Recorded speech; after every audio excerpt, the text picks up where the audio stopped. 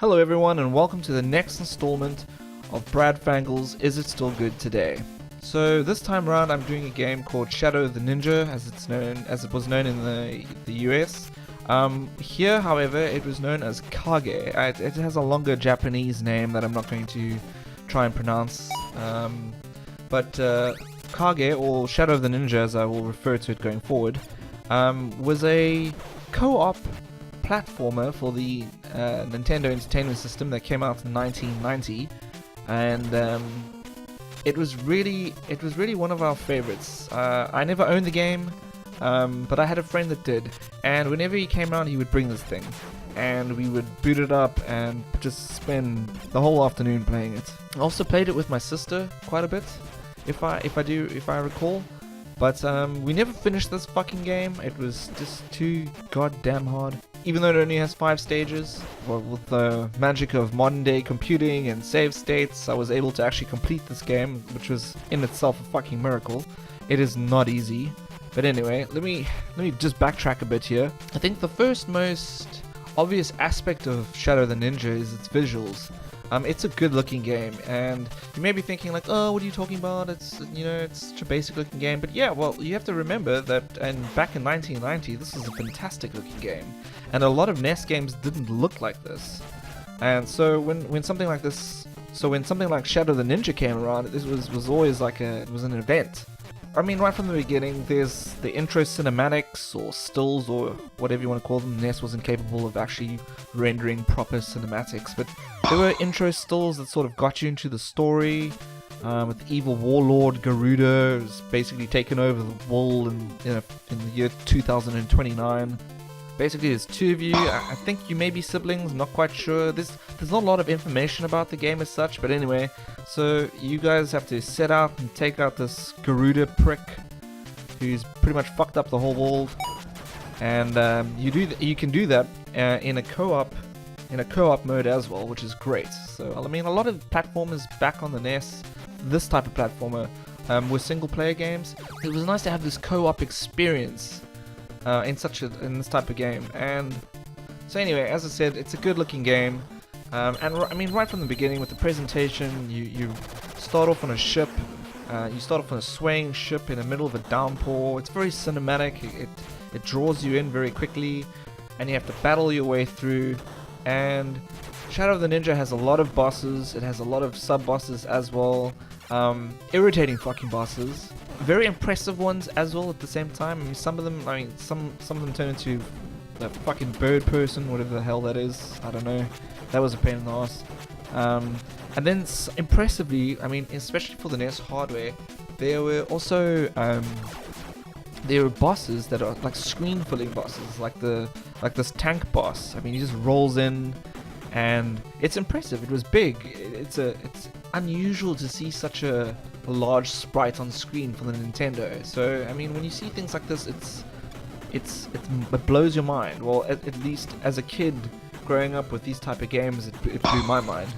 You know, and the game kind of reminds me a bit like of the G.I. Joe NES game, and several others that come to mind. But anyway, Shadow the Ninja was one of my favorites, and very detailed environments, varied sprites. There are a lot of different bad guys and sort of enemies that you have to face, and they ranges from all sorts, most of which are fucking pain in the ass.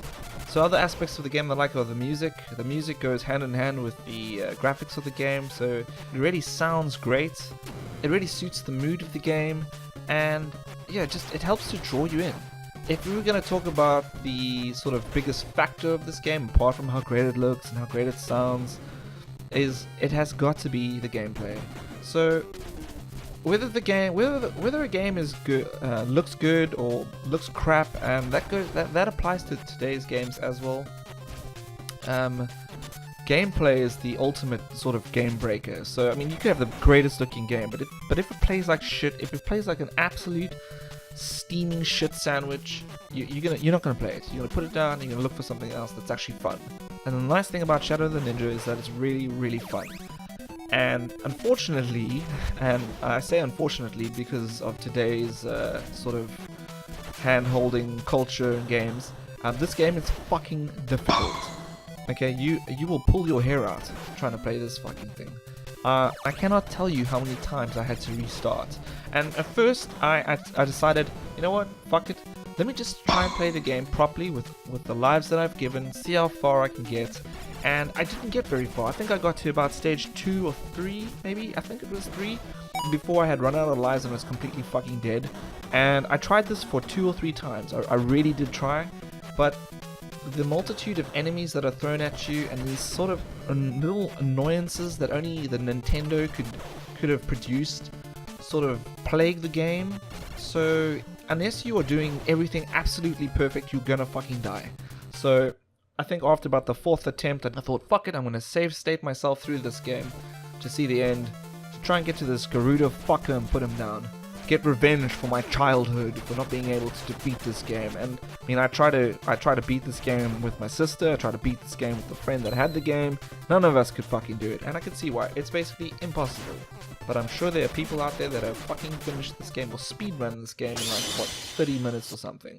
I think in total recording time was around 2.5 hours, and I'm pretty sure that under an hour of that was actual gameplay from start to finish. You know, from stage 1 to stage 5. Where if I were to splice out and cut out all the footage, the replay footage, the redos, the game is probably about, I don't know, about 40 to 60 minutes long. But it is really a fun game. I've discussed the visuals, I've discussed the music, the fuck off gameplay. So the question is it still good today? I would definitely say so. I mean, I haven't played a NES game like this in many years, and I've forgotten how fun it really was. I don't know, I had a ball playing the game. Frustrating as fucking hell, but a lot of fun. And I would highly recommend this game. If you can get your hands on Shadow the Ninja or Kage or whatever the fuck you want to call it, or hell, even do what I did and emulate the game, it won't disappoint you. There are a lot of NES games out there, but I think you should definitely try out this one if you haven't before. It also just brought a lot of memories flooding back to me as a kid playing this game. So I mean, there was always that value to it as well, that sort of added nostalgic value to the game. But yeah, if you're looking for a challenge, I would say, yeah, check this game out. It won't disappoint you.